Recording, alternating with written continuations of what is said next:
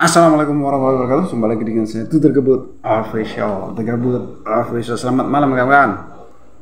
Kumaha wartosna daramang. Piye kabare Mas? Apik wae to? Primen kabare? Ya apa kabare Cak? Apik ta? Geng-geng kabare. Ki apa kabare? Apa rungana? Apa kariba? Bagaimana kabarnya? Semoga kesehatan dan kebahagiaan selalu menemani hidup Anda. Baik kawan. Saya dapat terima kasih kepada Anda yang baru pertama kali menemukan video ini ya. Yang baru pertama kali menemukan Tutur Gebut Official, jangan lupa di subscribe, kemudian nyalakan loncengnya agar ketika Tutur Gebut Official, The Gebut Official mengupload video baru, Anda mendapatkan notifikasinya. Dan saya ucapkan terima kasih pula kepada Anda yang selama ini support Tutur Gebut. Tetap support Tutur Gebut agar The Gebut Official selalu semangat mengupload video trending saat ini dengan penyampaian yang berbeda. Baik kawan, malam ini kita akan membahas lagi tentang bahasa Indonesia, bahasa Melayu, tentang orang Indonesia, orang Melayu kan gitu toh. Ini kan banyak netizen Malaysia di komen saya ini cukup ngeyel ya istilahnya, menganggap bahwa bahasa Indonesia itu bahasa Melayu, tetap diayalin begitu saja, tetap mereka tuh menganggap seperti itu.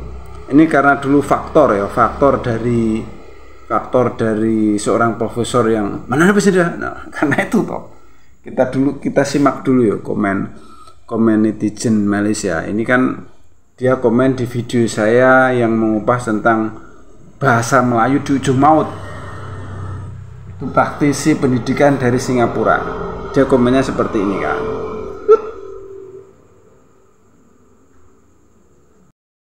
Kurang lebih komennya kan, yang kau cakap itu apa admin? Jangan bikin provok. Kurang lebih seperti itu ya. Dan dia langsung mengumpat sama profesor. Butak lu tahu apa? Seperti itu tuh, bahasa dia seperti itu. Jadi begini kawan, dalam benak mereka, benak orang Malaysia itu selalu menganggap bahwa bahasa yang kita ucapkan, bahasa yang saya ucapkan seperti ini, dia menyebutkan sebagai bahasa Melayu, itu begitu terus. Anggapan mereka seperti itu, karena kan pada waktu itu ada yang profesor mengatakan, mana bahasa Indonesia? Nah itulah, dari sana. Meskipun di belakang dijelaskan bahwa dulu pada waktu Sumpah Pemuda itu namanya bahasa Melayu, kemudian dirubah menjadi bahasa Indonesia kan gitu toh. Padahal tidak semudah itu. Jadi karena dari kata-kata seperti itu, mayoritas netizen itu mengambilnya yang singkat saja, tidak mau berpikir.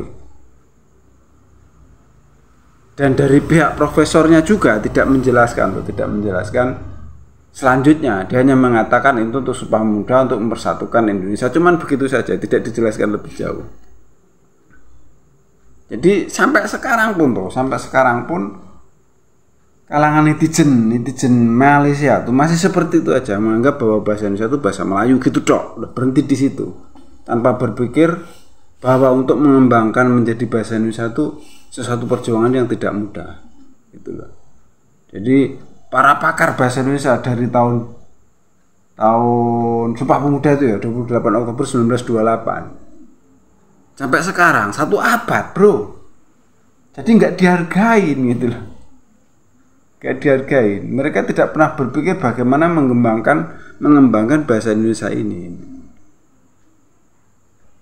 Ini juga ada video, kita cuplik video sedikit tentang komen seperti itu juga dari netizen Malaysia juga, kita simak. Oke. Karena ada yang komen begini, tuh kan Indonesia dan Malaysia masih serumpun bahasanya. Sama-sama dari rumpun bahasa Austronesia. Menurut beberapa artikel, perubahan sosial budaya di masyarakat membawa perubahan pada perkembangan bahasa Indonesia sebagai bagian dari rumpun bahasa Austronesia. Artinya memang benar bahasa Indonesia berasal dari rumpun bahasa Austronesia. Dalam perkembangannya, rumpun bahasa Austronesia terbagi menjadi 2 golongan besar, yakni Austronesia Timur dan Austronesia Barat. Tapi Mimin hanya menyebutkan rumpun bahasa Austronesia Barat. Rumpun bahasa Austronesia Barat termasuk dalam bahasa Tagalog, bahasa Melayu, bahasa Batak, bahasa Jawa, Sunda, Bugis, dan lain-lain. Bahasa Indonesia sendiri sebenarnya tidak hanya berasal dari rumpun bahasa Austronesia. Bahasa Indonesia memang sengaja dilahirkan oleh para pejuang bahasa. Bahasa Indonesia dilahirkan dari ratusan bahasa daerah di Indonesia dan bahasa-bahasa asing. Artinya, bahasa Indonesia menyatukan ratusan bahasa di Indonesia dan bahasa asing menjadi satu bahasa untuk bangsa Indonesia. Mimin ibaratkan rumah, walaupun pondasinya berasal dari bahasa Melayu. Tapi isi dan atap rumahnya bukan cuma dari bahasa Melayu, melainkan dari ratusan bahasa di Indonesia dan bahasa asing. Jika kita berkaca pada bahasa Inggris, bahasa Belanda dan Jerman, itu sama-sama berasal dari rumpun bahasa Jermanik Barat. Namun karena dikembangkan di masing-masing negara, maka bahasa itu pun menjadi bahasa negaranya masing-masing. Nah, setelah lama berpisah dari bahasa induknya, masing-masing bahasa mulai menunjukkan perbedaan. Ya, walaupun bahasa Inggris dan bahasa Belanda bahkan bahasa Jerman itu kosakatanya mirip-mirip, namun akan berbeda arti dan maknanya jika menjadi satu kalimat. Jadi kaum Melayu Malaysia harus mandiri. Lihat no Jerman, Belanda dan Inggris mereka itu mandiri. Jangan bermimpi terus. Kalau mau menjadi bangsa yang besar ya gabung aja ke Indonesia. Repot amat. Dan akhirnya Presiden Bapak Jokowi datang.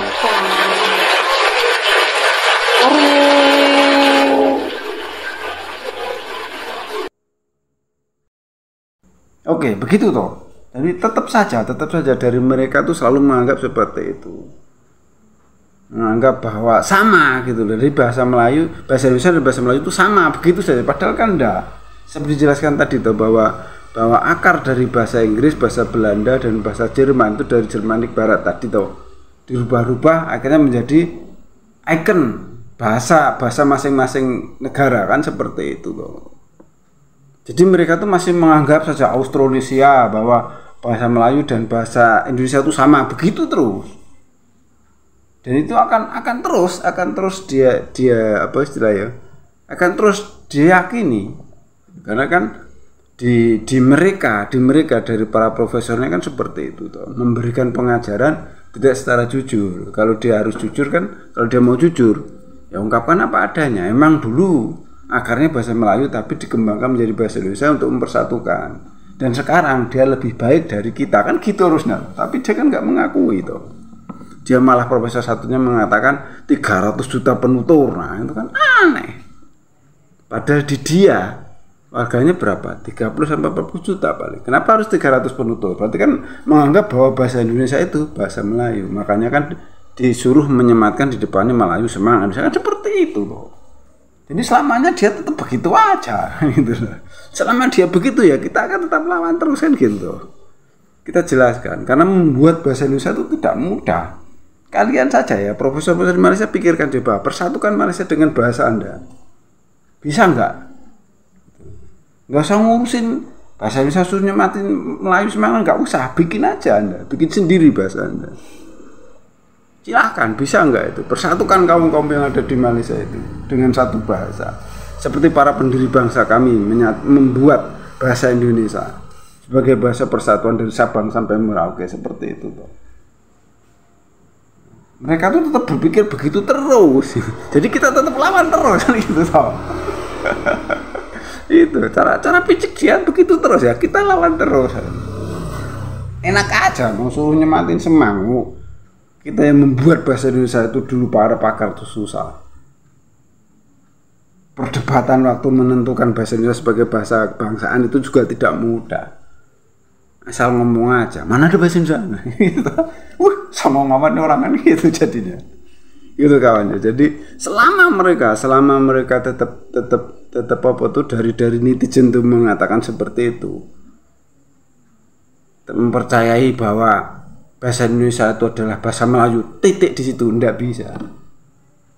Karena pengembangan untuk menjadi bahasa Indonesia itu tidak mudah. Dari beratus-ratus bahasa dari suku-suku yang ada di Indonesia ditambah serapan dari bahasa Inggris, bahasa Belanda, bahasa Arab segala macam itu tidak mudah gitu loh. Karena dikasih contoh dari profesor seperti itu, akhirnya kan netizen juga begitu tuh cara berpikirnya, instan. Gitu. Pengen berpikir instan biar 300 juta penutur bahasa Indonesia saja disuruh nyematin depannya Melayu Semang Indonesia, kan begitu jadinya. Ya kita nggak bakalan mau, kan logikanya begitu. Oke, cukup sekian ya ulasan kita kali ini. Selama dia tetap beranggapan seperti itu, nijin seperti itu, ya kita akan melawan terus. Kita beri penjelasan bahwa membuat bahasa Indonesia itu tidak mudah, perlu perjuangan yang sangat berat. Kalau Anda tidak menghargai, ya kita tetap akan lawan terus. Bagaimana orang menghargai Anda kalau Anda tidak menghargai orang lain? Gitu toh. Ya, cukup sekian dari salah satu kata mohon maaf. Yang baik ambil sebagai pelajaran, yang jelek buang saja. Tutur kebut official. Wassalamualaikum warahmatullahi wabarakatuh.